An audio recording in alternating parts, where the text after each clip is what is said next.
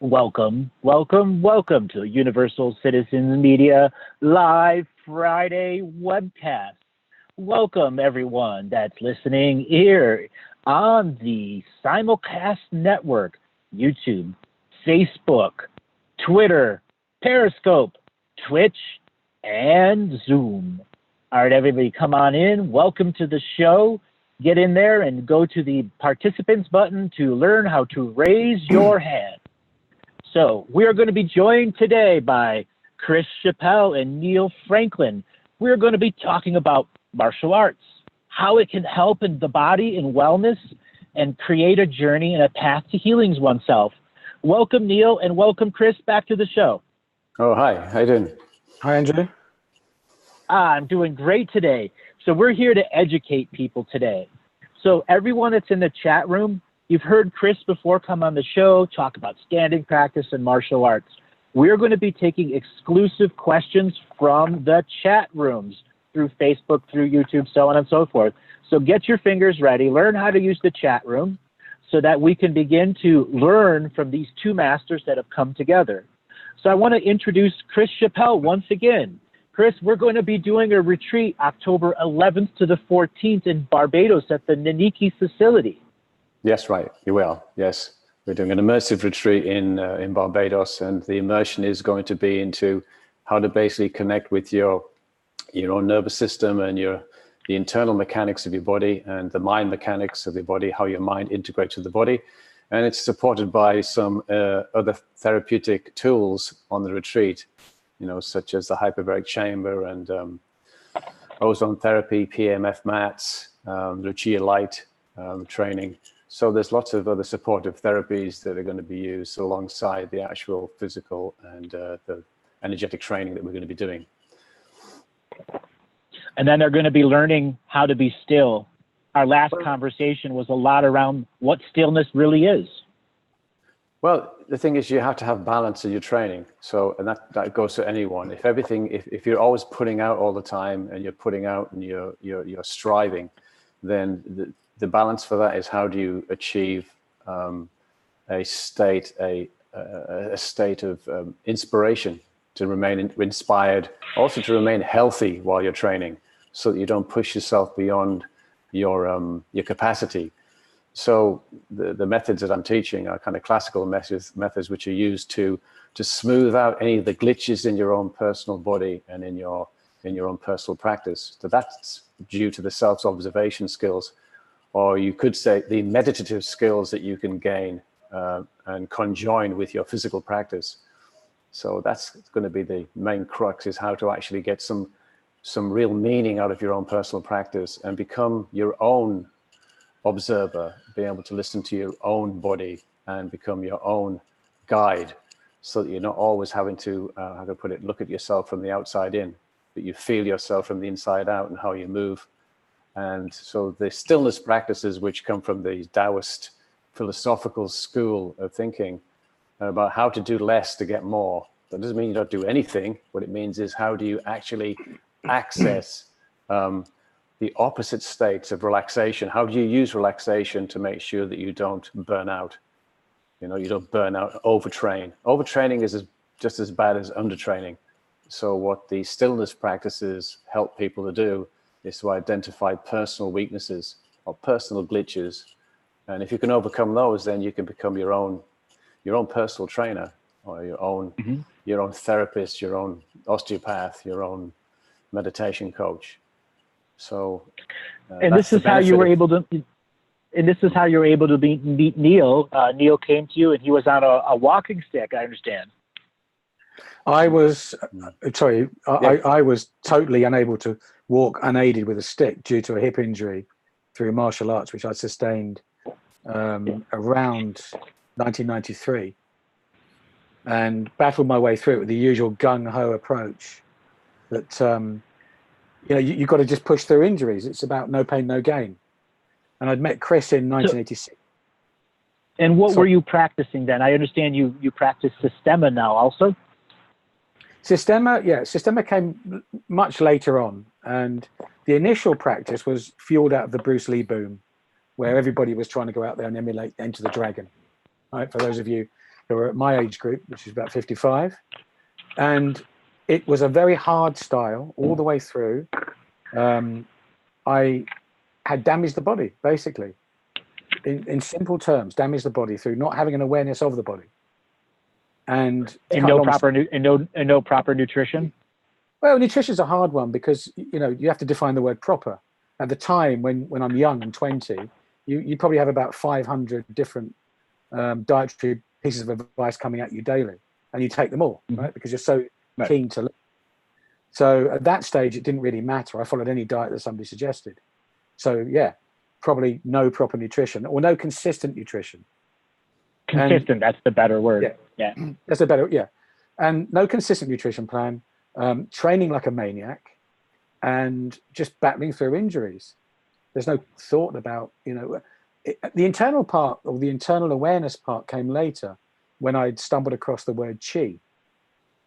And this internal energy and the dimak, the death touch, that every single martial artist on the planet wanted to learn. Or was it possible? Can you touch somebody and they it sounds horrible, but the fact is it does sucker people in. You can, if you don't want to kill people, but you can severely stop them in any form of attack. And despite all of that search, I couldn't find it. And Chris and I, we met in a very strange set of circumstances when he was performing, or he was arranging a martial arts dance performance in a London nightclub on a Saturday evening, where you'd have probably been going out, taking your girlfriend out, or having a good time, and yet that would be interrupted by this performance of lunatics running around kicking each other in the head. But Chris had set this performance up. We'd trained for it. I mean, it's true. It's absolutely true. So if you were in that, I'm sorry, if you're in the Limelight Club in 1986, then that was us. And so that was from my first then introduction to something different, because Chris had learned ballet, so he was talking about relaxation and stretching. We'd spent a bit of time talking, and then we lost touch, not for any other reason, we just simply lost touch. I went to the States. By that time I got into Sistema, and Sistema is one of those arts that, and I'll tell you how I got into it, that's probably the easiest way. I bought some videos from this guy who said he was a master of fighting. His name is Mikhail Ryabko. So I looked at the videos and I thought, right, I've got one of my friends over who is a world-ranked Thai boxer, and I think he's got a world championship MMA title. And we just looked at it and laughed. He said, it's fake. Then we said, we've got two choices. Let's go and test it and find out if it works, or let's just turn our back on it. And being the, again, the gung-ho martial artists, who are at the same time very, we're looking for knowledge, right? We decided to go over to Moscow and find if this stuff is real. And we planned a trip. Unfortunately, on the first trip, I had to cancel. So my friend Floyd Brown, he had to go over there and do it himself. And he came back in a totally different light. I said, Floyd, come on, what happened? Talk to me. And he said, it's just something, you just got to experience it. It's unbelievable. And that was enough for me. When you've got a world-ranked Thai boxer who'd fought the likes of Maurice Smith, and all over the world, who said, right, go and sit. So 2 trips to Moscow, and I'm unlearning everything. You said a keyword, unlearning everything. Absolutely. In my teachings, it is very common that you're taught something by your parents at a young age, that later in your life, 20, 30, 40, 50, you have to unlearn the way you were taught. So unlearning is a very important skill set. So let's delve into this unlearning. Well, I had 2 choices. Okay, I could look at this and let me explain how it happened, because these Sistema guys, and I've got to say something to the world that has lots of doubts about Sistema. I can only speak from my experiences with 3 people, and 3 main teachers, I should say. There's many others, but they are Mikhail Ryabko, Val Ryazanov, and Vladimir Vasiliev. Now, I've seen them personally, worked with them personally, felt the pain, seen the power, and I'm telling you this on live now on this podcast. So outside of that, there are many interpretations of Sistema that sometimes I look at and think, well, come on, there's no reason that you can understand why people are skeptical. So to unlearn it, first of all, you go over there with this idea that it's all fake. And then it was Val who said to me, right, just attack me, do whatever you want. which, really is like saying, it's giving you a license to go out and really do what you want to do, which I did. He challenged you to show your skill. Yeah, challenge is the wrong word, but if really it was like, if you doubt it, test me, right? Here I am. That's still a challenge. That's a challenge. Yeah, all right. Because in the martial arts community, it's not necessarily hierarchical as much as I do want to experience it, and you can only experience it through hands-on experience. Yeah. Right. Yeah, and he and we, bearing in mind, there's no belts, there's no uniforms. Right. You don't know how good the person is next to you. No gi, Right. Nothing, right? So I just remember thinking, right, it was a Saturday afternoon in Essex, which is a borough of London. Off I go, full speed ahead, bang, bang, bang, and about 5 times. Now, I don't know what happened, but people filmed it and played it back to me. And I wasn't hurt. I felt some pain, don't get me wrong. But when I watched the footage back, it was like, what on earth is going on here? How's this guy know what I'm going to do? How can he defeat and deflect anything I do to him? And he hits so hard, right? And then I think the one that really disturbed me the most was being hit by Mikhail Ryabko, who, now you've got to understand this setting, right? So you see a lot of people where, you're getting into the mind of the guy before you start to do anything. Well, he speaks no English or very little English. I speak no Russian. So we had an interpreter. And like most people, the invitation is, do you want to be hit by Mikhail? Just to feel the power. And you're like, oh yeah, of course I'm nuts. Why not? I've been hit by many people. Let's see what he can do. And here's a disturbing thing. He hit me and the pain was so intense, and I dropped to the floor. Literally dropped straight to the floor. He pulled me straight up, put his hands in front of my solar plexus here, and did like a pulling motion. And I'm telling you, to this day, I tell the story, I felt something being sucked out of my body, and I was laughing about a second later. Yep. And then he was smiling. Yeah. And all you can see is this guy looking at me with his dancing eyes and, big smile. That was it. I was hooked.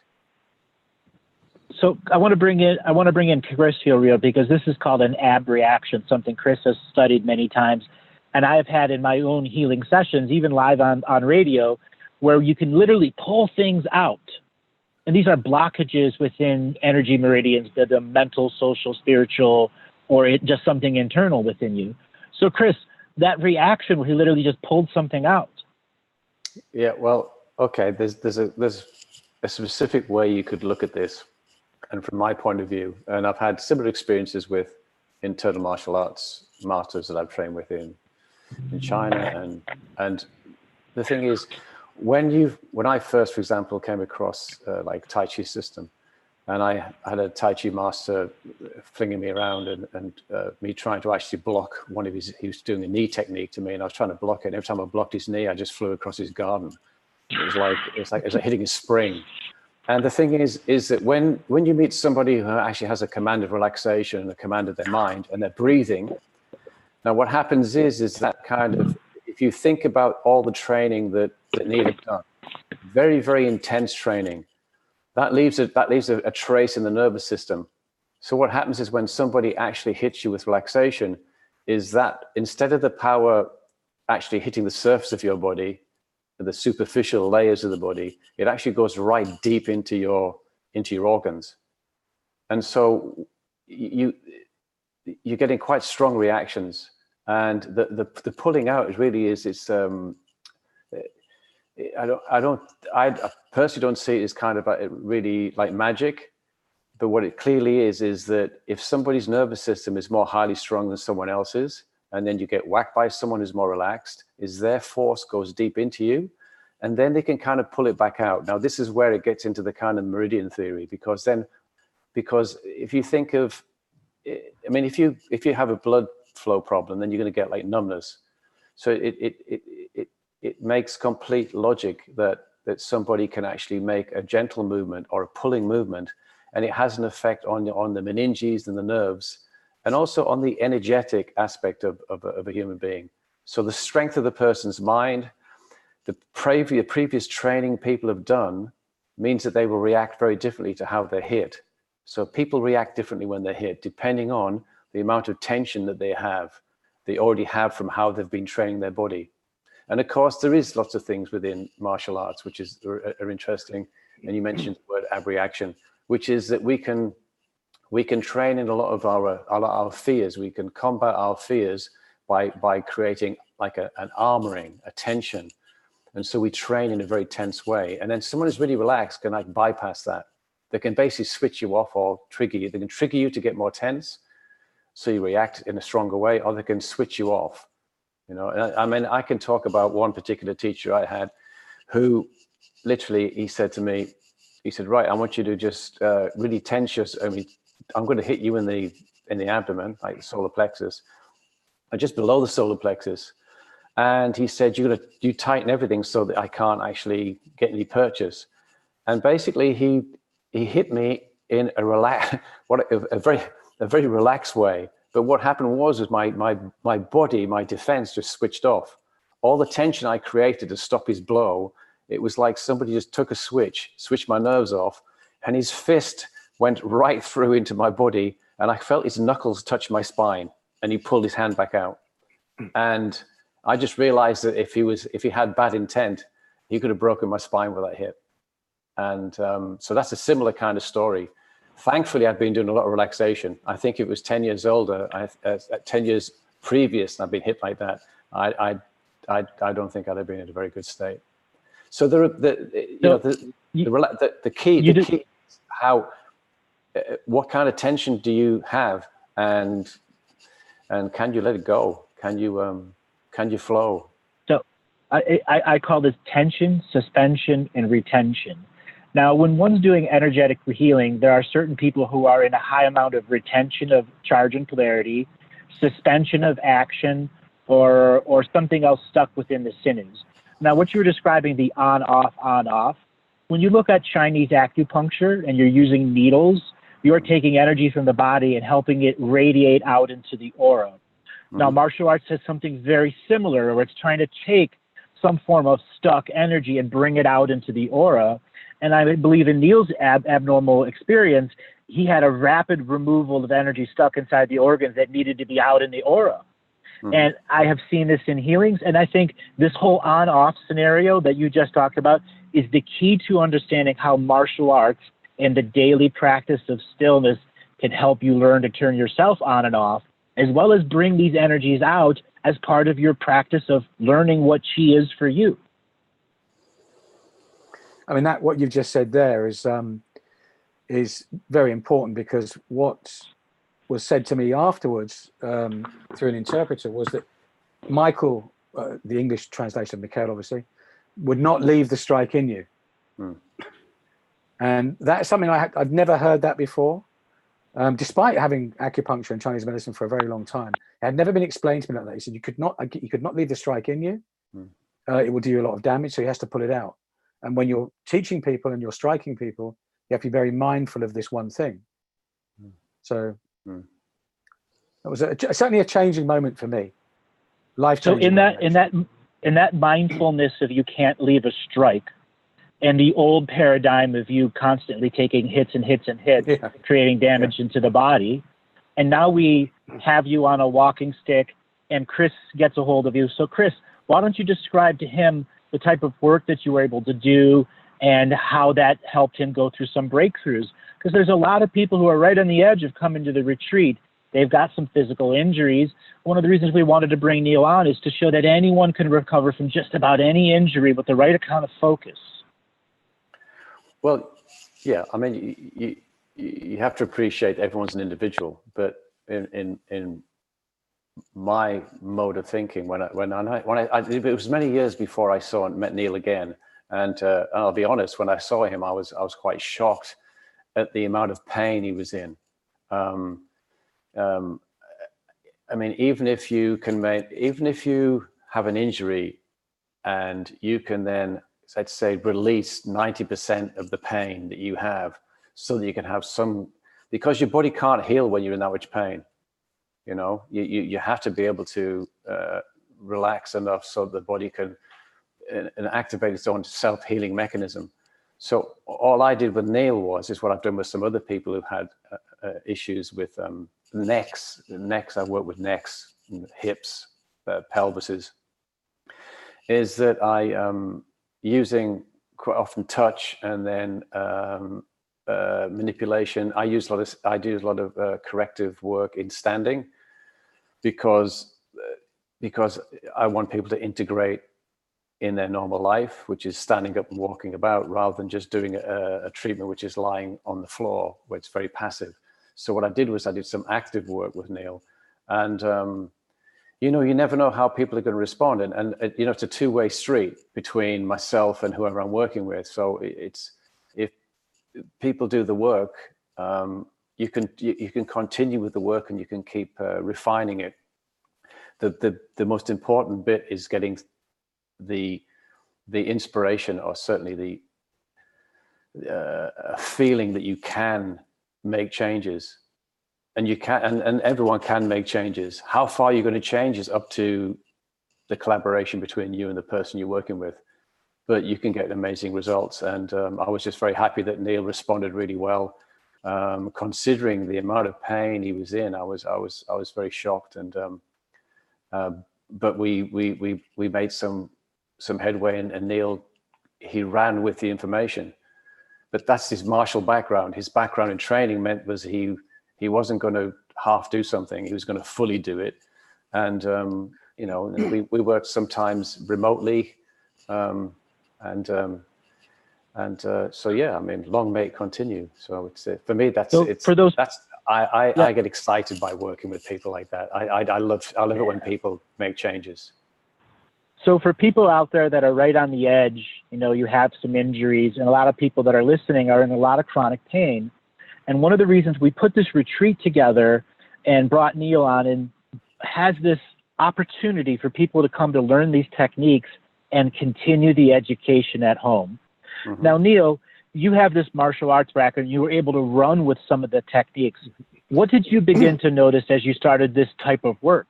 And how did it change your pain levels? Well, first of all, Andrew, I'd like to say that having that martial arts background probably is stopping me from progressing as far as I should do, because I'm fighting the old the old intent of just powering through. So if somebody hasn't got a martial arts background, they'll probably progress even faster.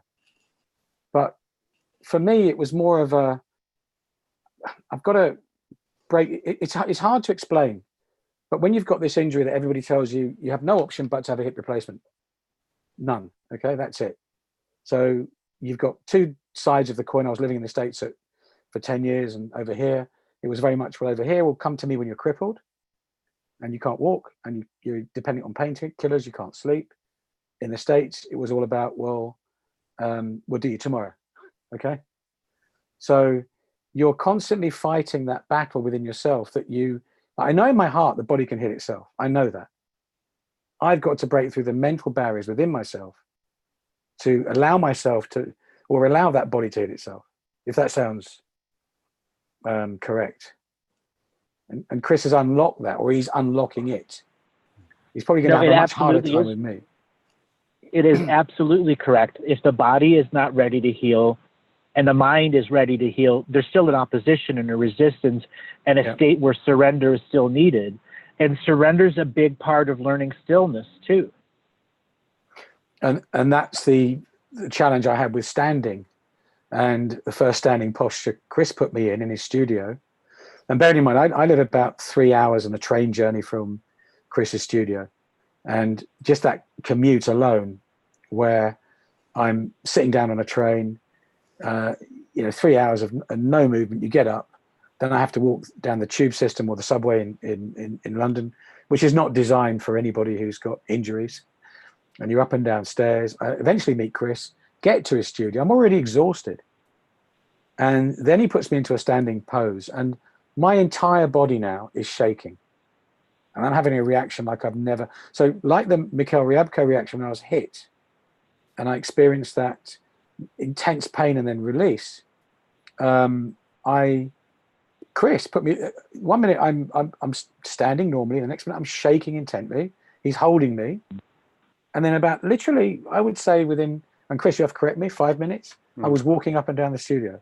And then bang, I made that mind shift. Yes, I can do it. And then because you, of course, the central nervous system part of you that had the pain frequency locked in was shut off for that moment. Yeah, absolutely. And then of course, and that is something anyone can learn. You don't need to be a martial artist. I think it absolutely. If two sides to martial arts. If you're a martial artist of the old school, it's going to be hard, right, to unlearn, as you said earlier. And you have to unlearn. You have to surrender. Is another good word. If you are you familiar with Dr. Cam Yoon, the delete on the spot pain method? No. So about 12, 16 years ago, he was a high-level Shaolin martial artist that came out with a healing system and technique for people that were working with horses, an equine therapy. And then it converted into a human therapy too, called delete pain on the spot. And it uses very similar techniques, very similar understandings, but is a much more journey to learn it because it's a multi-year class. So the mind has something very much to do with turning off the chatter. So stillness is a state of being, and then stillness can be interrupted by central nervous frequencies that are chronic pain that the mind can then turn off. And it's these bubbles that kind of come out of you. Is that kind of correct?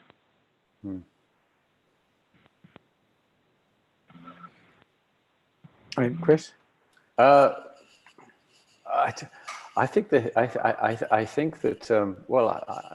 from my own personal experience, that the best gains I've personally ever made and shifts have been made by doing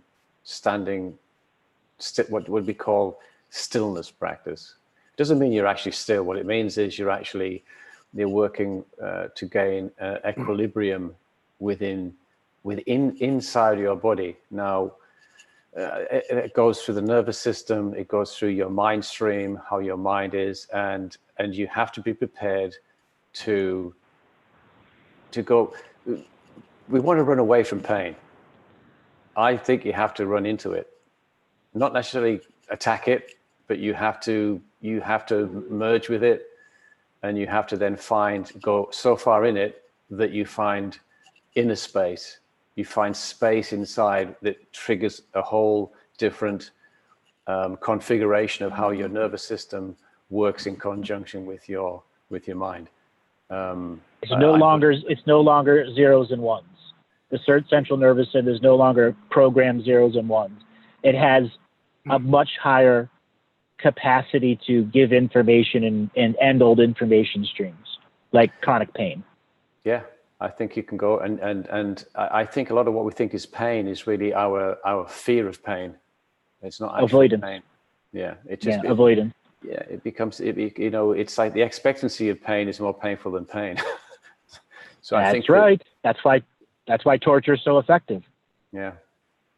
So I think so. The only way you can learn that is to actually go inside and do the work yourself, because nobody can give you that. But what people can do is, if someone's got some experience, they can actually guide you and encourage you to use the word you use, surrender. I mean, I think that you be prepared to go in and take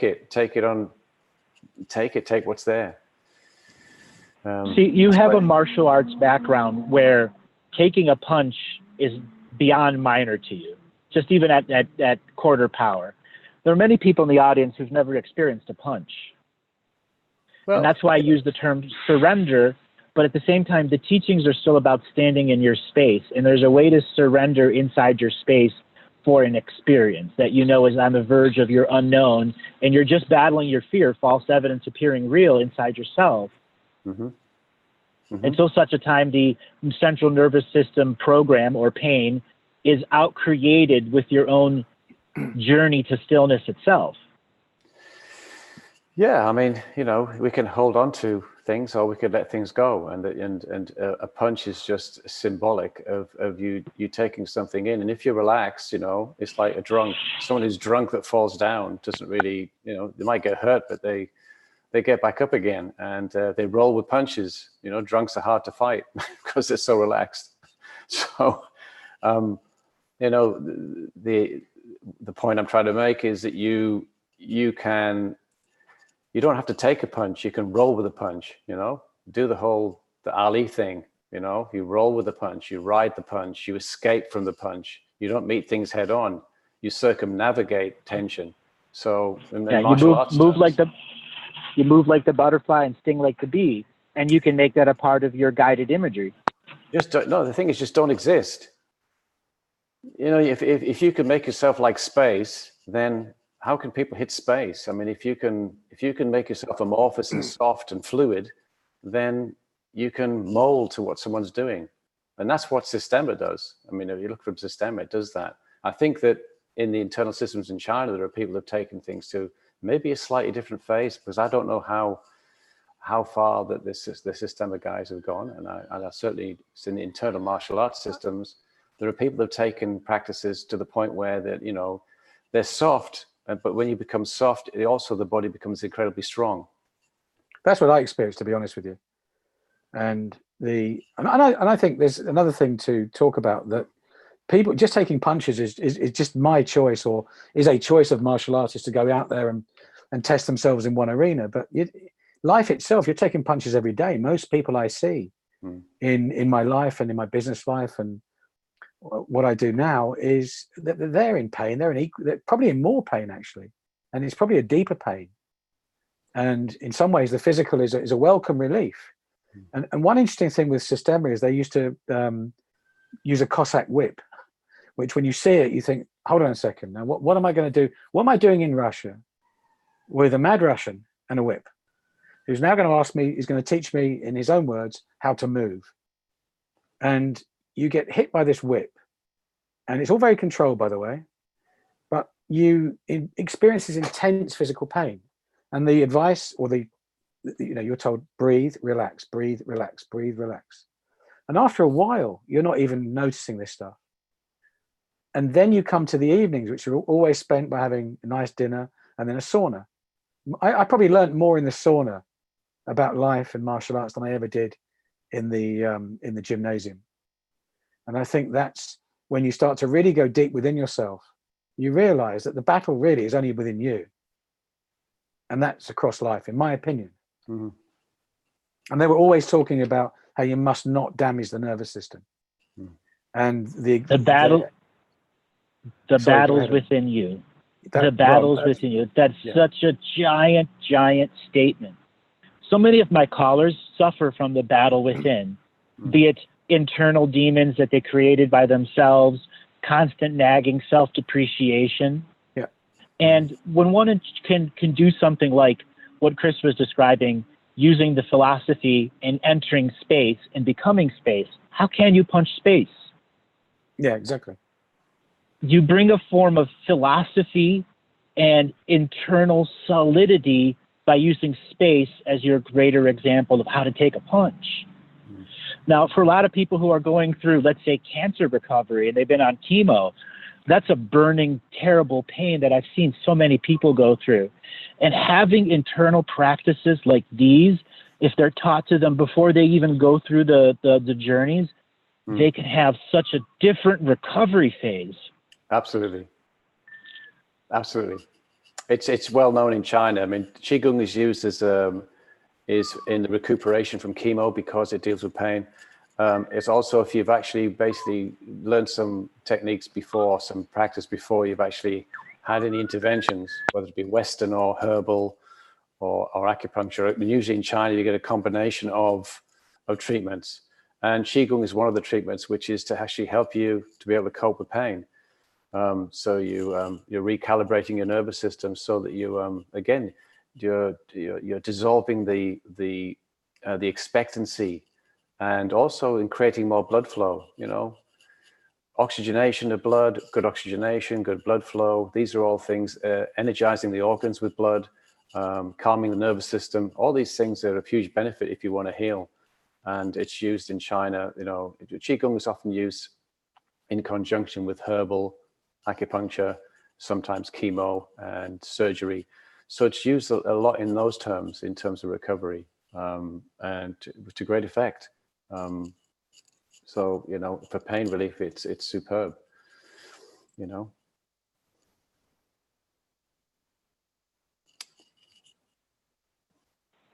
We're still here.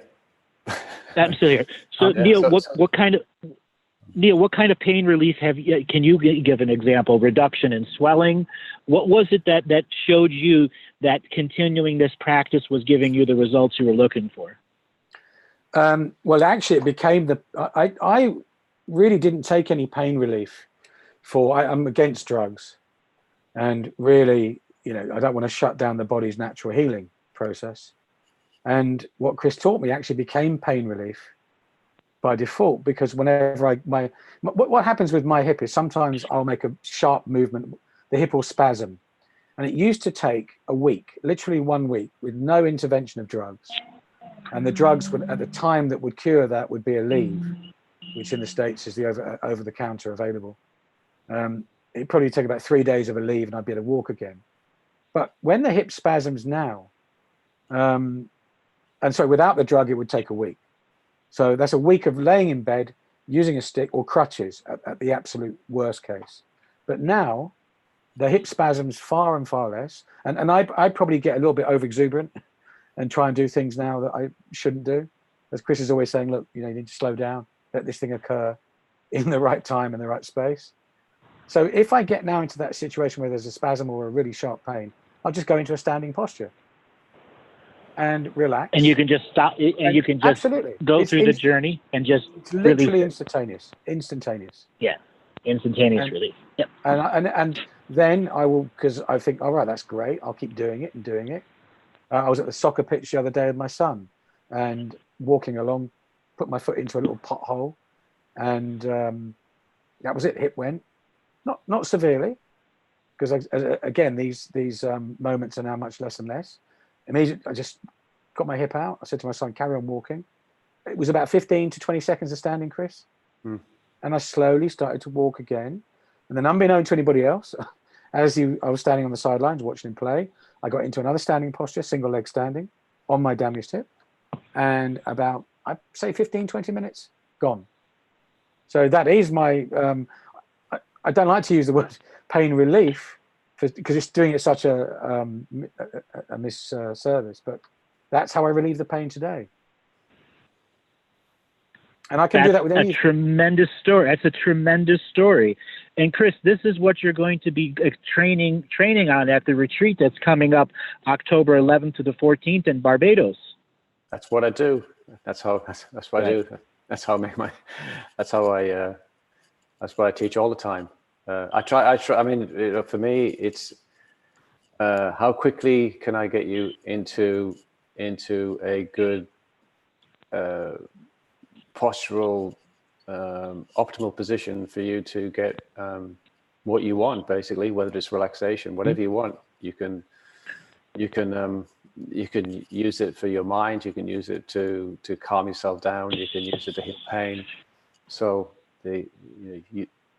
and there's other benefits you get from practice as well, which are just sometimes fringe benefits you don't expect. I've had people come along with certain problems they've not told me about, and they came along just to relax, and then they've come around and said, actually, I used to have this constant knee pain, now it's gone. But they weren't expecting the knee pain to go. So another thing I would like to say as well, and this is very important, I should have mentioned this earlier, is that during the condition has been around for so long that the muscles around my leg, quadriceps, glutes have wasted away quite significantly. But since resuming standing practice, and bearing in mind now there's no exertion, so the other thing I should add is I used to be a Olympic weightlifter, so I've really put my hip through the mill.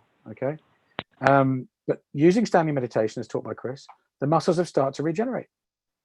So I'm now, which I was told was not going to happen.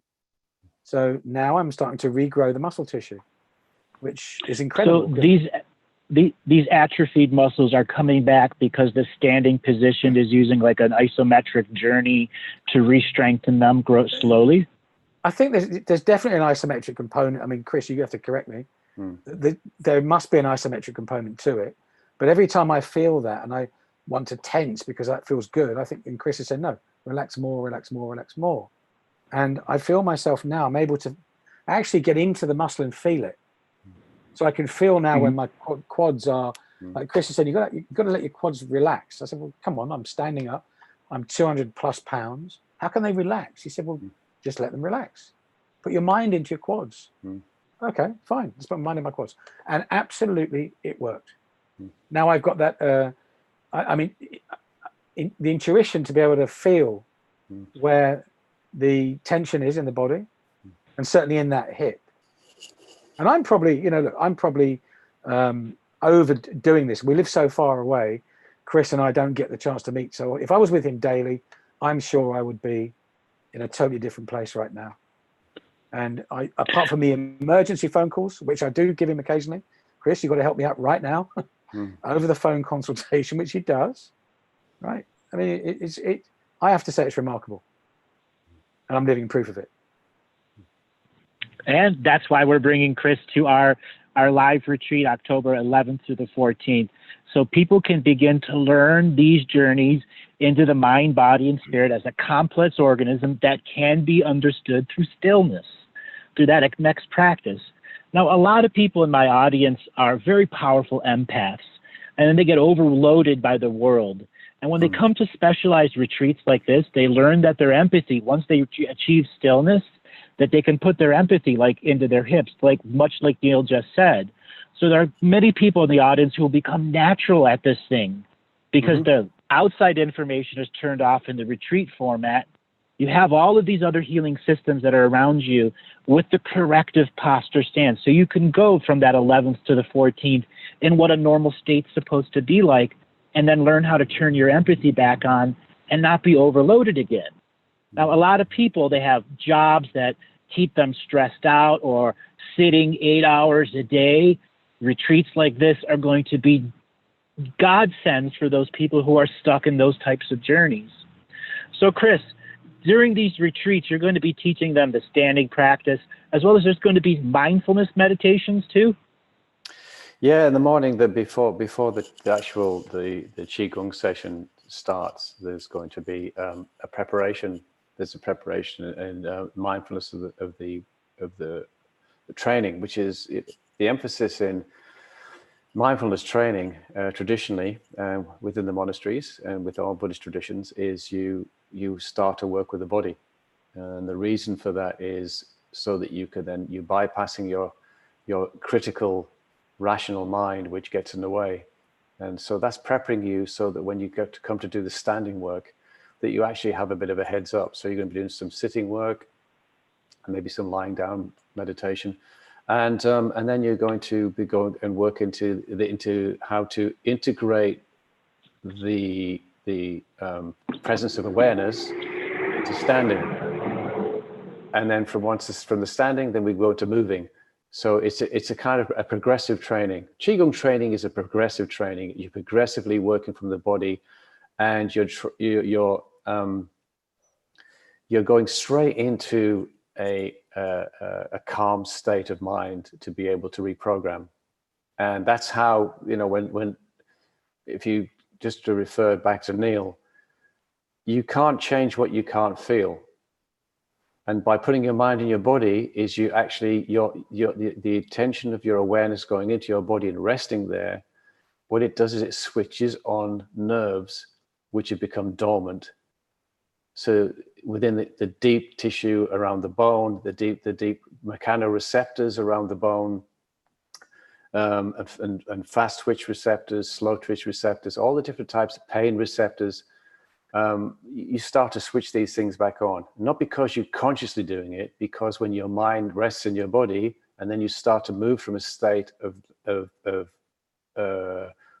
precise felt sense awareness, then you'll start to reawaken your nervous system. And if it reawakens, then you get more control. And then that gives you the confidence to then start to inhabit the body that that through circumstance you may have just kind of believed that you've lost.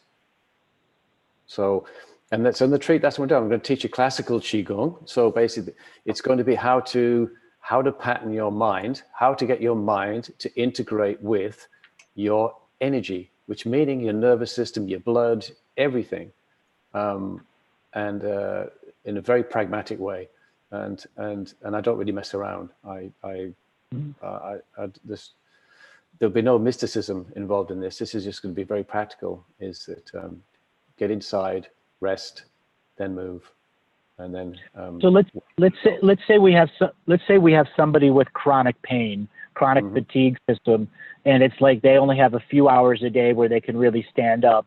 How will coming to a retreat like this be able to help their daily journey?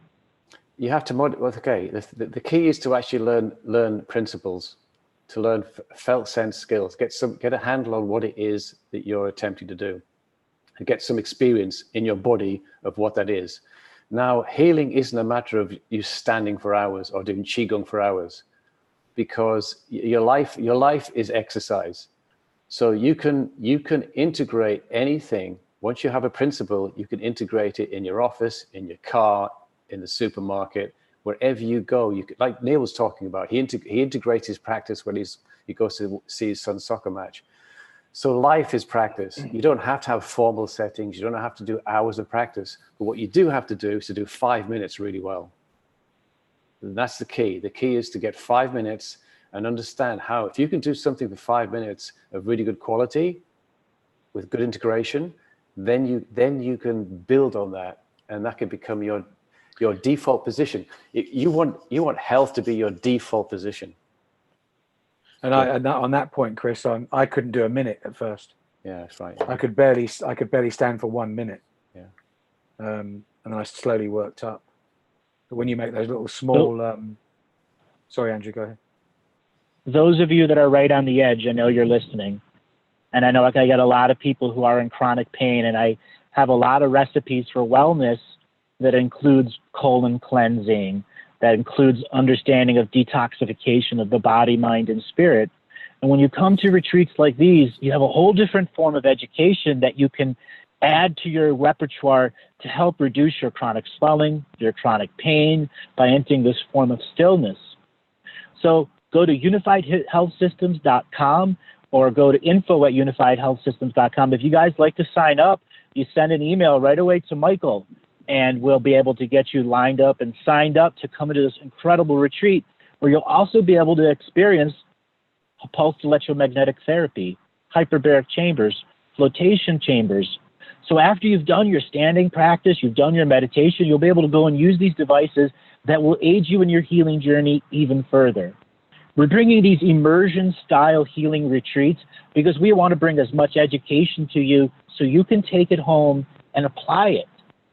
So, Chris, what are some of the techniques that they're going to be able to take home with them beyond just the standing practice? What are some of the philosophies and other aspects they'll be able to learn?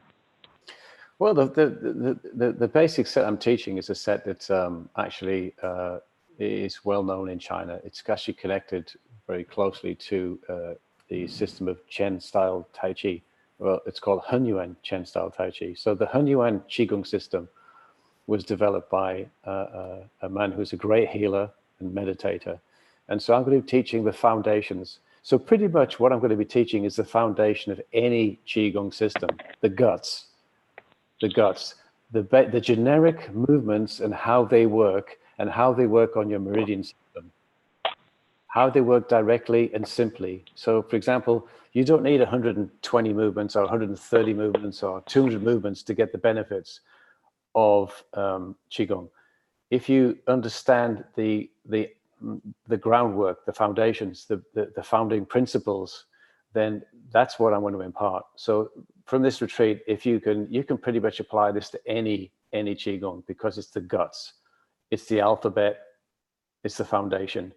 And so you're going to be learning how to align. That's number one. Number two, how to clear blockages, how to clear it, and how you integrate your mind to do that, how your mind leads the practice. Number three, how to gather, which is to basically gather and so that you don't waste energy. Yeah, so this is good for if you're suffering from exhaustion. And then three, how to basically pulsate, how to create pulsations in the body, how to create rhythm, flow, how to be able to go out to express yourself in outward motion, and how to express yourself bringing movement in, which is based your ability to actually let go. You know, movements are symbolic. If I'm moving and I'm tense, then I'm letting go of nothing. You have to be able to learn these basic foundations of Qigong, which are how to express and let go, which is a surrendering. We talked about this, but then it's also how to accept and draw back in. So we generally, as human beings, we're stuck in one of those directions. And if we're really unfortunate, we can get frozen, which means we can either go out or come back in. So you can't, this is where stillness comes in. It's where meditation comes in, because by getting into stillness, you find inner space that you may not perceive that you have on an external level. Hence why it's called an internal art, because your focus is how strong you are inside, how healthy your organs are, and also accepting that you want to be able to you cultivate an enthusiasm for actually wanting to let go, and also wanting to bring in as well. You know, that affects your digestion, you know, how you absorb food, whether you can absorb it and process it. There are psychological factors to that. Pain relief, you know, how you eliminate, because if you don't eliminate properly, then if you can't let go of something, then you're going to create inflammation. And inflammatory diseases and the big problem that people have. So you said such some beautiful words right there. And there are times that people don't retain the healing. And this is why they come back to the cyclical cycle of sickness or unwellness. And it's that returning to the stillness in the body that you can re-imprint stillness' sake.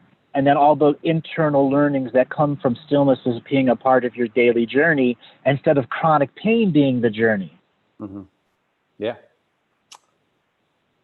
So the journey into the mind requires the mind's attention and entanglement for silence, stillness' sake.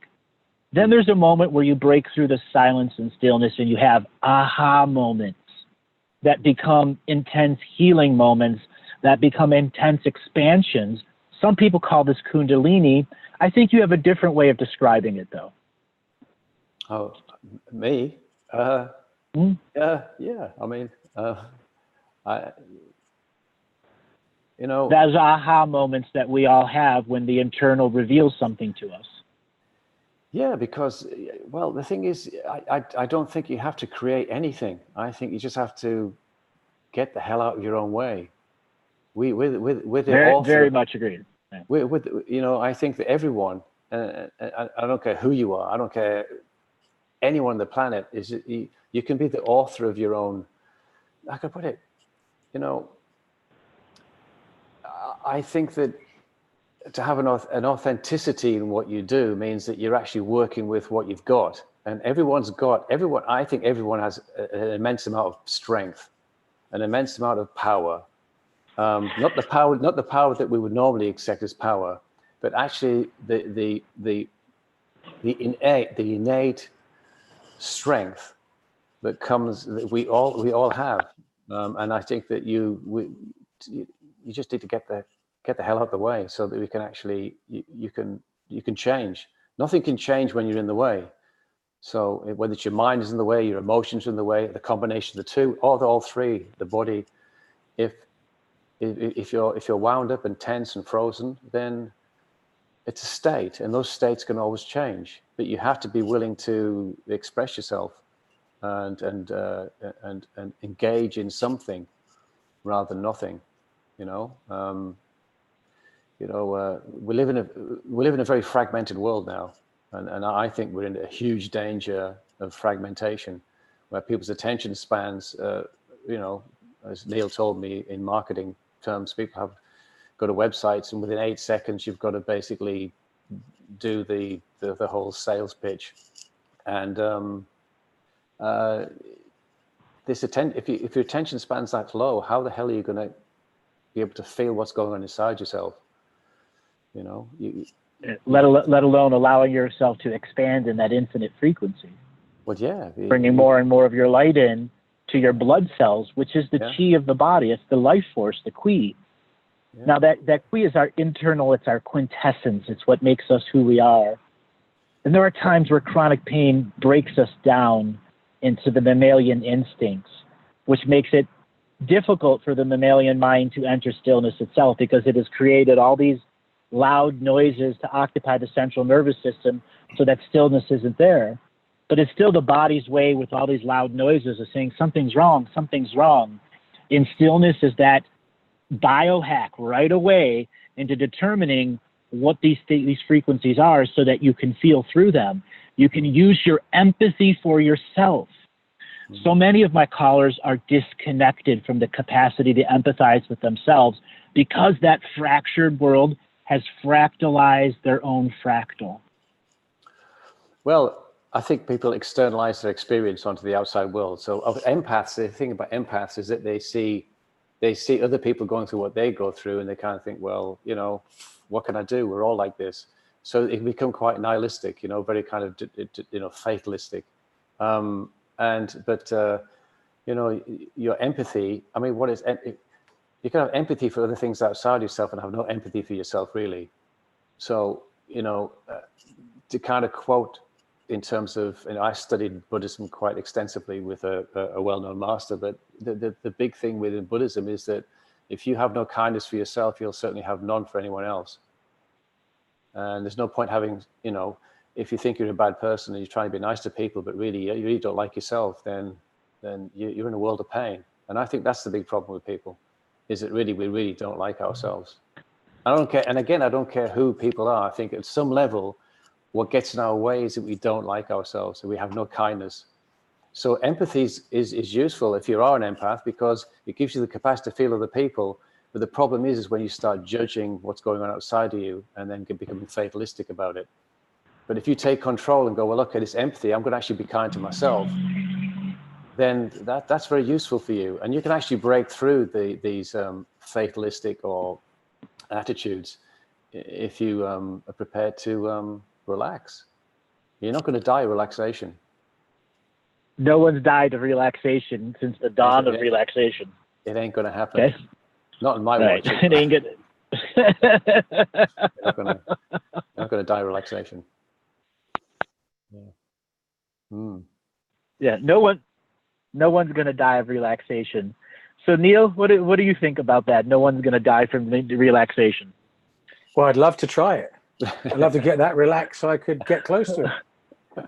I mean, having been, as Chris and my Russian friends have said to me, you're so wound up. You look like the Terminator. You know, I think to relax me, it's going to take a couple of lifetimes. But no, in all seriousness, I mean, it's something that you learn so much more when you relax. It's funny, I teach all my children today. Most important thing, relax. So I've got 2 soccer players and 1 daughter who's going to be aspiring to be a classical singer. And the nerve, you can see it. You can see how the tension in the body just builds up from such a young age. So if you have any form of slightly troubled upbringing, you're going to take this thing all through your life. And then if you go into a sport or a martial art or an industry, whatever, a situation where that perpetuates, by the time you get to my age, or maybe younger, right, you're going to break. And that's the real message I give to everybody. When I talk about, for example, what Chris can do. How broken are you inside? And you can't see it. If that makes any sense. And you can't, you know, it's so true. It's so true. They cannot see it because their lay of perspective is so external of their internal self.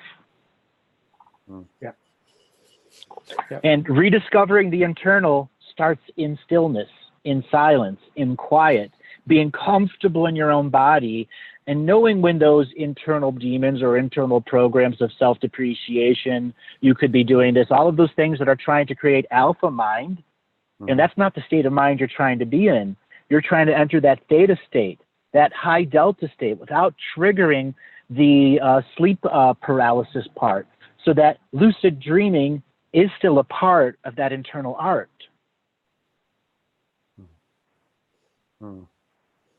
I think it's in that loose. Yeah, sorry, go on. Go ahead.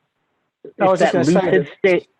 The stillness part, sorry, when it's so counterintuitive to most people that you actually learn how to move by standing still.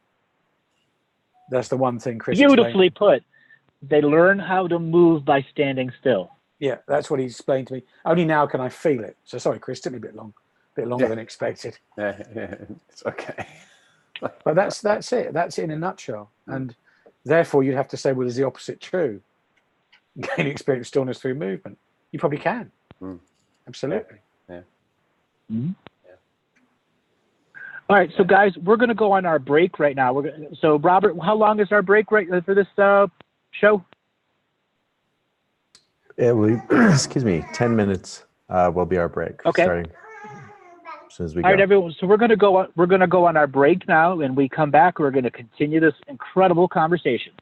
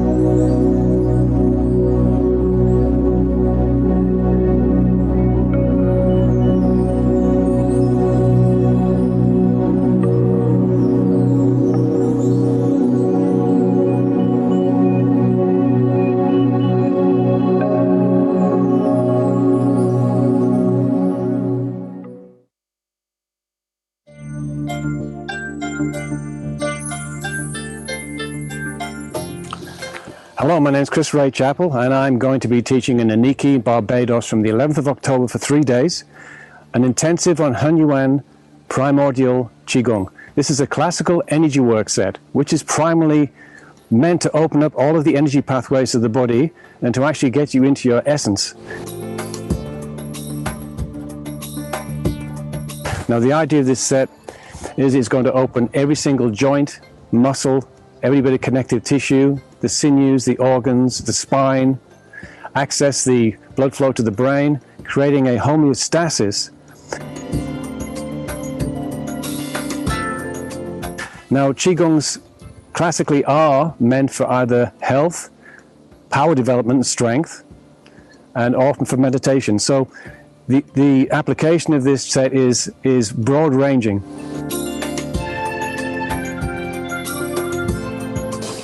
So I'd like to welcome you there. Hope you can make it for the 3 days. It's going to be a lot of fun. I'm going to enjoy teaching it and sharing what I have and to see who turns up. So I'd like to see you there. Thanks very much. Bye.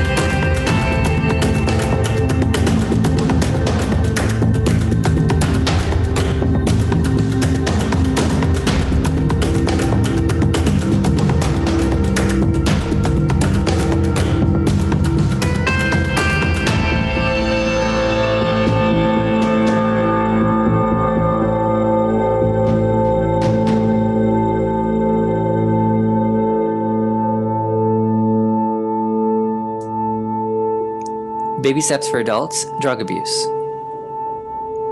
What is drug addiction? Am I an addict?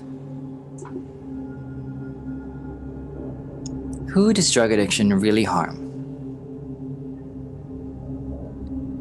They can hurt your sense of judgment, decision-making, memory, and ability to learn. They can hurt your loved ones and so many others around you. Drug addiction is a disease which can be cured. Our Baby Steps program can provide the information you and your family need to overcome this illness. online access to professionals working in the field of addiction, webinars and group counseling for those battling this addiction, full instruction to help you first understand this disease and how to cope with it. Join us today. We're here to help.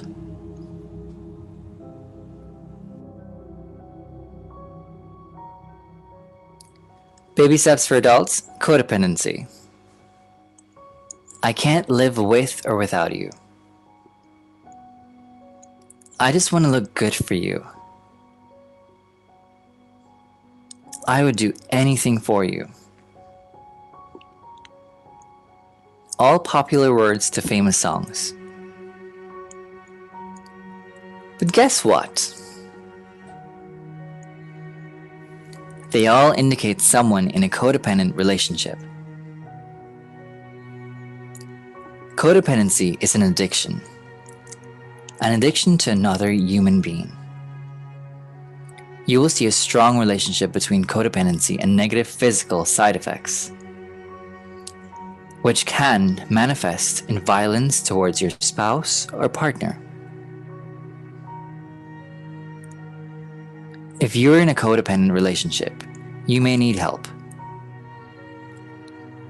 Join us today and free yourself from this addiction. Baby steps for adults, sexual abuse. Sexual abuse is a real problem in our societies. Every year, thousands of children are abused. These children constitute the most vulnerable members of our society. However, sexual abuse is also a real problem among our adult population. It can be violent and unwanted within family groups, as well as extreme harassment at the workplace. We can help. With online access to trained professionals working with victims of abuse and sexual assault, webinars and group counseling for those suffering from the trauma and struggling to make sense of their lives, full instruction to help you overcome the trauma and how to detect and assist other victims.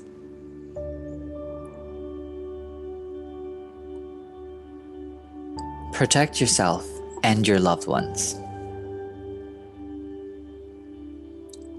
Join us today.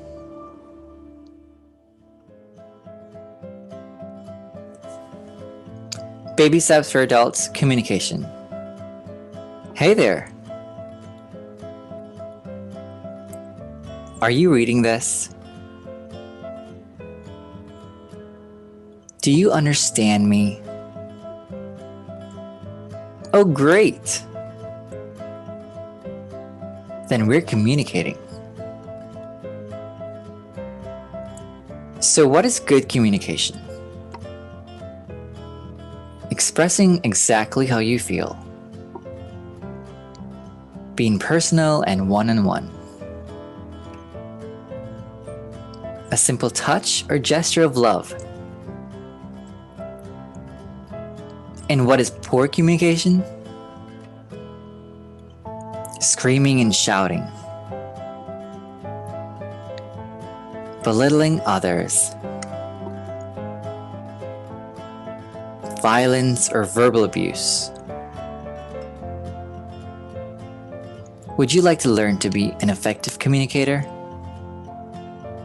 Join us today. Oh, bye now.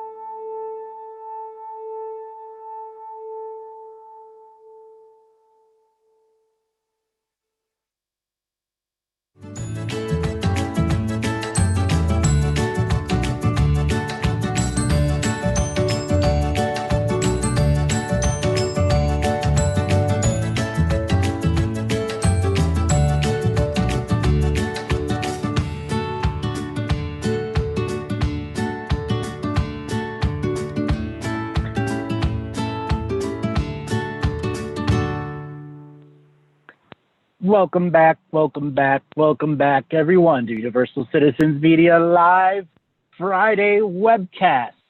Welcome back, Chris and Neil. How are you guys doing? We've had an incredible hour of conversation. Yeah. All good here. All good stuff. So now let's jump into something that is nitty-gritty, deep into the essence of, let's just say, the internal side of martial arts. Now, Neil, you brought up the Dinmok earlier, and there are a lot of internal martial arts that claim certain concepts, and then we see these videos out there where these chi masters are with 10 or 20 guys, and they're throwing them around. And there are people that see this as a form of communal hypnosis that allows a practice to be formed, but it doesn't have this mystical side like a lot of the movies try to show. So let's break down some of the myths that are relating to some of these practices where they might see these videos throwing 20, 30 guys around. Well, I mean, the first thing is I've never seen it. The closest I got to it was when, I suppose, the Systema guys, but I would explain that as biophysics or biomechanics rather than anything mystical. To go beyond the physical at the moment, just look at acupuncture. You can put needles. My friend, I've had acupuncture for 30 years, and he can put needles to elicit responses all over my body. So there it is. So if you look at, is DIMAC possible? It must be, because you can probably, I'm sure there's an acupuncture point you could put a needle into and kill somebody. So absolutely there is. Yeah, you could do it with your finger. Absolutely there is. Now, correct. Can you transmit the energy? Is it? So looking at it from a purely outside perspective, I think people dress it up, and they dress the mysticism up. The Russians were very good at breaking that down and explaining it as biomechanics, but that still did not explain some of the stuff that I saw. So that's my, let's say, take on the subject. So it's not impossible, I'm sure, but yes, certain people have taken the idea and run with it so far that it becomes almost a joke, to be honest with you. Mm-hmm. Now, when you're relating to acupuncture, now I've had acupuncture done to myself many times, and I've advised for many clients to go through it and seen massive breakthroughs. One of the concepts between acupuncture is it takes energies, wood, fire, air, water, the elements, the self, and there are parts where your yin and your yang, defined concepts of energy are stuck, blocked, restricted, constrained, whatever terminology you want to do, or they have too much wind or something that's saying it's not normally right. And you bring this energy out into the aura so it can be recycled back in. That's a primary theory. Now, martial arts, when we are in this macrocosmic meditation orbit where we're feeling our energy, it's the same concept where we're taking those deep core energies in our Dantian and stirring them up into our outer aura as a journey through stillness. So it tempers our internal energies and external energies to find that homeostasis and balance. Yeah, absolutely. Because the whole goal in homeopathy, you're trying to achieve homeostasis. In acupuncture, the correct balance between yin and yang. And in martial arts, the correct balance between hard and soft. So like nature is a balance. So yeah, no qualms with that whatsoever. So that is the mechanics of the daily practice. And what I'm trying to get along to people is it's not hard to find the courage, the commitment, and the discipline to focus on these mechanics. Even if you can find stillness 1 minute a day, standing practice 1 minute a day, it's more than you've done before. And we indicated before, there's an isometric component to this, but it is not, it's one of the many cooperative components. So Chris, I want to have you bring in here, as the person that does the corrections in the standing posture, how does isometric components fit into this so people can have a deeper understanding of the release? Well, I've kind of got my own theory on this, so bear with me. Standing is an isometric exercise, I think, by virtue of the fact that gravity exerts a huge force through our feet. And so therefore, you can make yourself frictionless, so to allow gravity to work right through your system and connect you, earth you, to use the concept of earthing or grounding. and to actually ground you into the floor, but also on a physical level to actually then stretch everything from the top of your skull right down to the small fibers of your foot, so that you become one huge elasticated spring. So in essence, I believe that standing itself is an isometric, because of gravity of its pull, and the better you get it standing, then the more you can connect with this deep isometric that goes right through to the core of the body, and activating your spine and your nervous system, and creating an openness in the body, so that you can become more functional. So I think that that's just my view of the internal arts as isometric. And the great skill in that is if you can do it standing and actualize that as a physical experience, then what you do is you learn to move with that. So there's an immense amount of stability you can create. And this is, I believe, is what you witness when you see someone who has a natural biomechanical optimization that's been found sometimes naturally, that explains phenomena like small guys being able to hit something or lift something which is greater than them, or famous boxers who are of a lighter weight who could hit well above their weight size and generate force. And that's a manipulation of gravitational pull, which is then brought back through the body.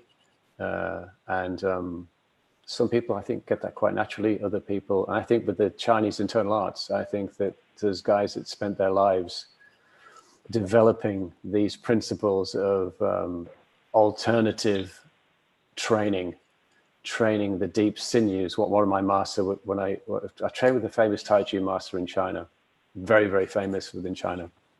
And so it was private tuition, what's called inside the door training. And he one day said to me and my friend, we were training with him, and he said, look, he goes, you've got to train. He said, in terms of a Tai Chi, he goes, you're training, he said, the sinews. And so we were researching the word that he was using in Chinese, and what he was talking about was the deep core energy around the joints and the spine, the actual connective tissue that's deep towards the bone. And this is where the real power in those arts comes from, is actually developing what's called bone density. And this goes beyond the realms of Qigong in a sense, because Qigong can be viewed as like working from you do work the inside, but you're doing soft exercise to try and access the deeper areas in the body, which are usually not under voluntary control. And the idea with Neigong is you try and make things that are out of voluntary control, and you make them voluntary by the virtue of how deep you can put your mind in the body, and how you can make things move right down on the level of the bone and the ligaments and the deep tissue. And that's where the power is. There's more strength, there's more power in your organs than there is in your muscles. In fact, if you look at those principles, your muscles are the weakest part of your body, your external muscles. The muscles of movement are the weakest. Your ligaments and your tendons are way stronger than your muscles.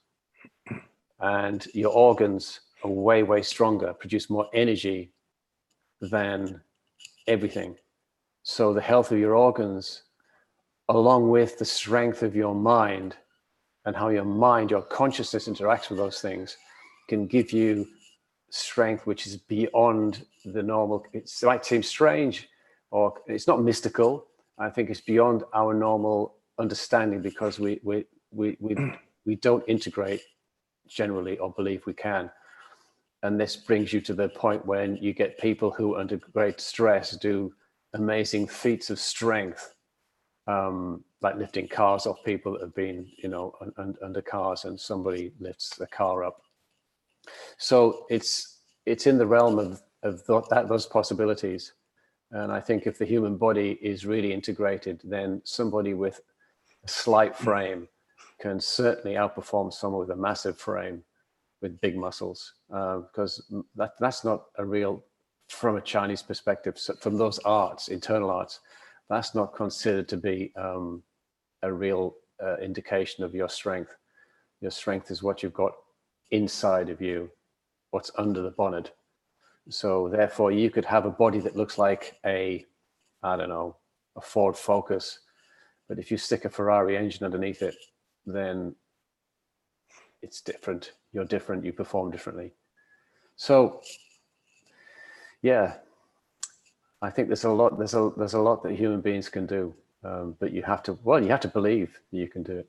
And I think that people like the people that Neil's met, the Russians, and the Russians that have done the science behind how to create a homeostasis between breathing, mental function and focus and those things, they outperform the strain, no pain, no gain. That surely has to wear thin, the whole no pain, no gain. Because eventually, as Neil said, people break, they will break unless you change the way you move and the way you think and the way you behave, then you'll break. So optimize what you have, and little things can go a long way. If you do the right thing, if you have good technology, good methodology to how you practice, how you exercise, then you can do any exercise and make it good, because it's how you function on the inside. So the point I'm kind of making is that your insides are way more important than the outside, and stability is way more important, because the more stable you are, then the greater strength you're going to have. Stability of body, stability of emotions, stability of mind. And then ultimately, it's a stability of your humanity, that you actually are a human being, and that with a consciousness that goes beyond the realms of the physical limits of your body. Yes, the enthusiastic search for stability and practicing stillness is a word algorithm that anyone can apply. That enthusiastic search for stillness creates byproducts of greater awareness of the self. And part of these internal journeys and internal structures is strengthening and fortifying our capacity to be in the body as beings of experience who aren't forced out of the body by chronic pain, chronic fatigue, or external stimulus that are constantly putting us into those fight, flight, or freeze scenarios. So many people live in high-level adrenal gland actions. So, Chris, I got a question here from one of my Facebook people here. This person has a fused C6 and C7 and has a cage around their thing so they can continue to do jiu-jitsu. How would this type of work help this particular gentleman if he were to come to the retreat? Wow. Okay. So that's I've worked with quite a few people who've got they've got neck braces, they've got internal problems with their neck.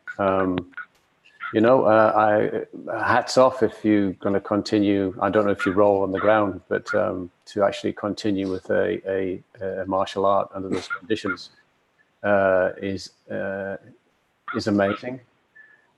I would say that the strength, the strength and flexibility, the greatest stability you can create throughout the whole core of your body, meaning everything down from C6, 7, everything down towards your sacrum into your legs, that the more rooted you can get, then the greater ability you'll have to displace force that's coming in so that it doesn't get stuck.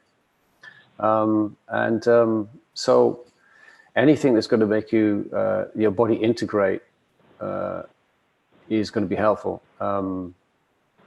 It's pretty amazing that you're still doing jiu-jitsu and you've got fused vertebra. So my hat's off. That's impressive, and I wish you the best of luck with that. So, if you do a qigong practice, what it could do is you can understand maybe where you're overcompensating for the injury, because you're going to have to compensate for it. But then how you distribute force through your body how you redirect force through your body, which is a big concept in jiu-jitsu, of course, redirecting force. And so the greater ability for you to do that, then the less likelihood of you causing any further problems, certainly limiting the chances of that.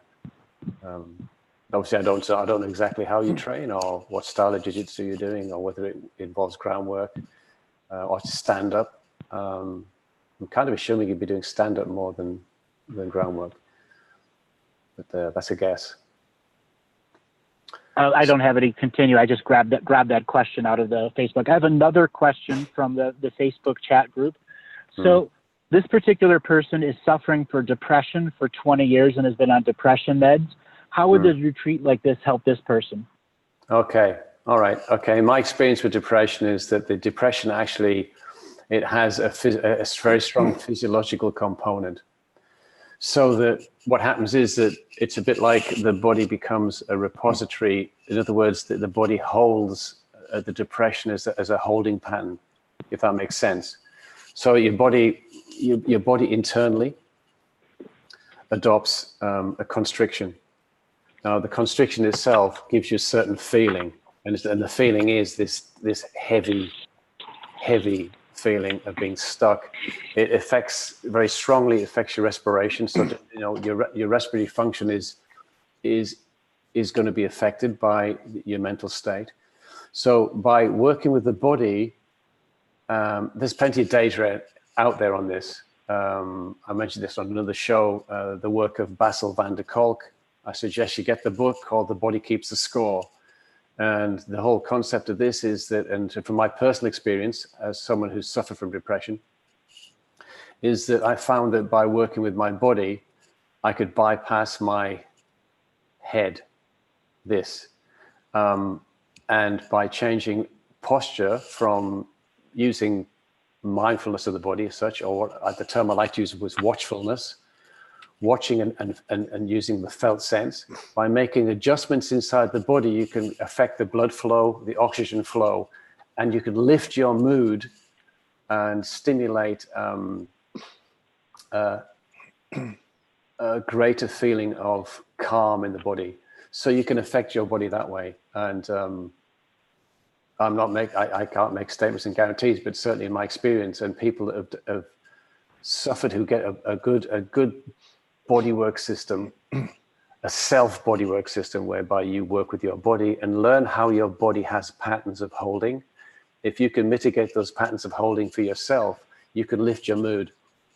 And you can change your mood quite rapidly through that because of its effect on your breathing and your respiration. So yeah, I think that, it's well known that movement can stimulate mood changes. So I strongly suggest anyone who's suffering with any kind of psychological condition is that actually to work with movement, and also to work with, because movement is yang. So if I'm moving, if I'm moving around and using an exercise system, pretty much the movement can be considered yang, but the stillness part is the idea of creating a yin aspect. So depression is very imploding in yin. So you do need to move and expand outwards and create more space in the body. That can have a very positive effect on your mood and your attitude and your feeling of self. What I like to call your feeling of self, the totality of your thoughts and feelings and how embodied they are. So if you can help your body to move from the inside, then you can create different emotional states, certainly lighter states, a lighter state of being, a lighter state of feeling. And that gives you confidence that you can actually make changes. Wonderful. I got another question from the chat room here. This one is for Neil, and it wants to, if you could recommend any Systema videos or anything that people could go and research on, or the right books. I would start by going to YouTube and looking at Mikhail Ryabko, Val Ryazanov, Vladimir Vasiliev. They're the people I learn from and I've witnessed firsthand. There's a load of other people who I've really, and if you're in America, by the way, there's a great guy called Martin Wheeler who is, he's in California and he follows the lineage, I think, of Vladimir Vasiliev. But I would start with the people. From my only recommendation can come from the people I know. There are loads of people out there, but start with those. Any books to recommend? I don't know if there are many books on Systema, actually. I think there's one by Vladimir about breathing. There's not that many out there. I don't think. I think I could probably, that one is the only one I know of. And if there are more, I apologize, I should know, but I don't. Well, what we can do is we can update the chat after the video goes up, after the live video, and then we'll put inside the chat room on the YouTube and the Facebook side some links to videos, and if there are any books we can get out, we can add those in there. All right, I have another question from the chat room. This one is to Chris, and this person is having a liver transplant recovery and wants to know how that may help him. Oh, wow. Well, that's interesting. I actually had, I think I mentioned this on the last show. I had a man on a retreat, an older man, some 15 years ago now, he came on my retreat with his acupuncturist, and he just had a liver transplant, he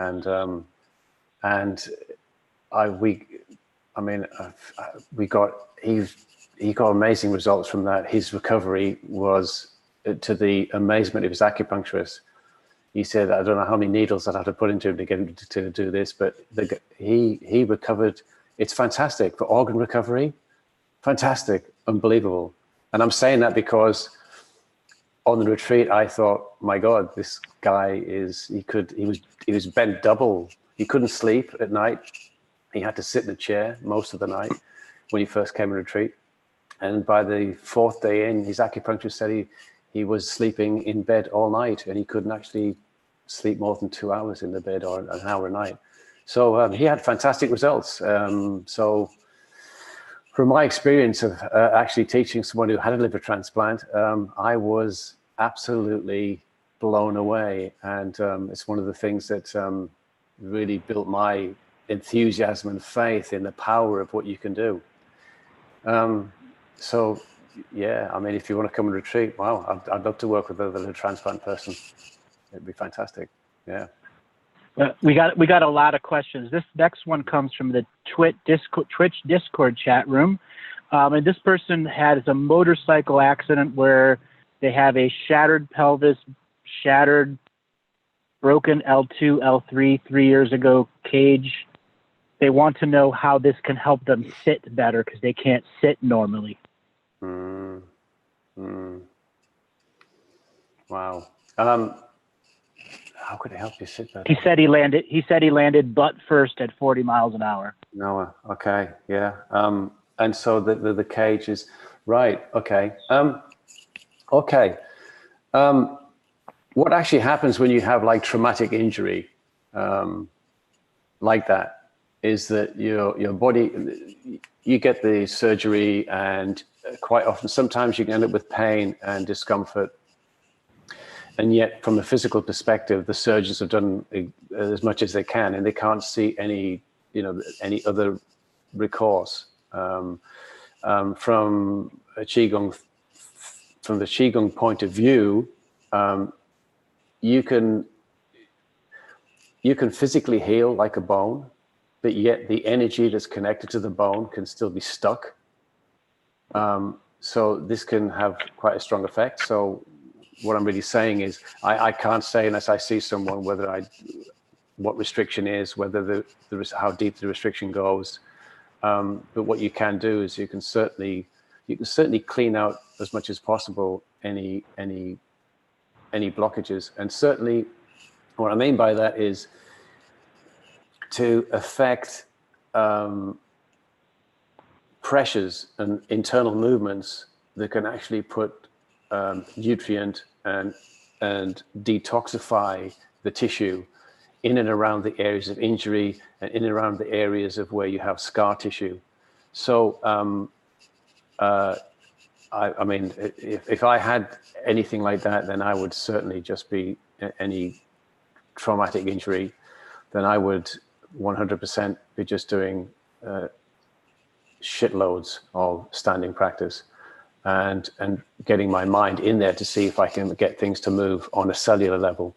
because it's deep down in the cells, you want to try and create some kind of movement. And a lot of that's to do with putting your mind into the places where you think you can't put them. Because, and this is proven, where you put your mind, it's a treatment for Raynaud's disease. It's actually used in hospitals, certainly in the UK. Raynaud's disease is where you can't feel your extremities and you get numbness and stuff. And they know that by getting people to actually focus for like 20 minutes on their fingers, it actually puts blood in there. So in terms of injuries like that, the traumatic injuries, it's well known that where you put your mind goes, your blood goes. When you put your mind goes, your energy goes. And then you're in with a chance to make changes. So can you sit again? I don't know. Can you make changes that can make life more bearable, less painful, give you maybe some internal mobility you didn't think you could get back? Yeah, I think so. There's no reason why you can't. Okay. I have one more question. Yeah. I have one more question from the chat room. And this person is a Afghan vet and is a quadriplegic and has suffered a tremendous traumatic brain injury. Is there any way that quadriplegics or paraplegics can experience this? Wow, it's a good question. I mean, you still have a central nervous system. So if you've got a central nervous system and you have your mind and you have a central nervous system, then you can still innovate what you have.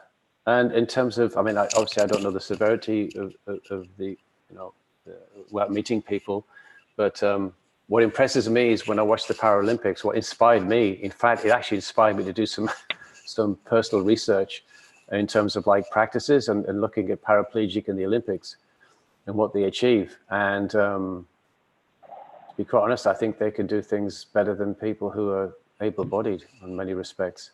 They certainly know how to use the core of their body in a way which is that able-bodied people lose. Can you experience something from that?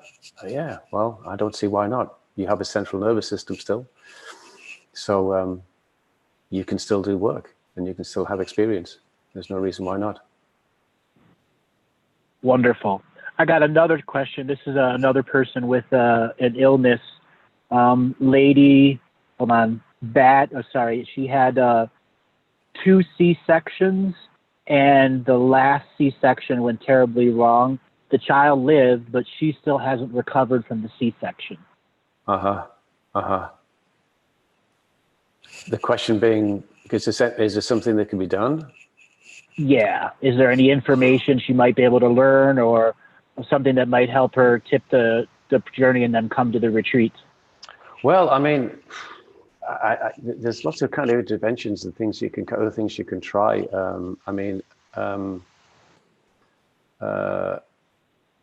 The big problem is going to be obviously the scar tissue that's there and the nerves that have been cut. And what can be done? It's really, you know what? I don't know.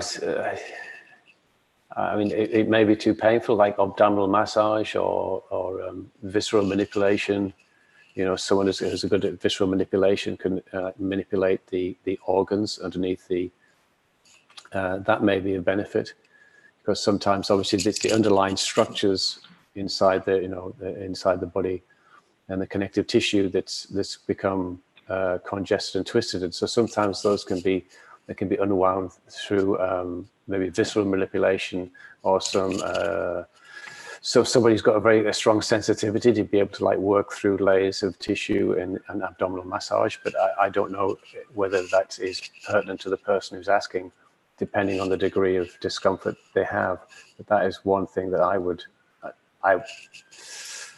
suggest that to my own family, my daughter, for example, if that were the case, then to have that kind of intervention. But the other thing also is a qigong practice can create the stretching and create the blood flow inside.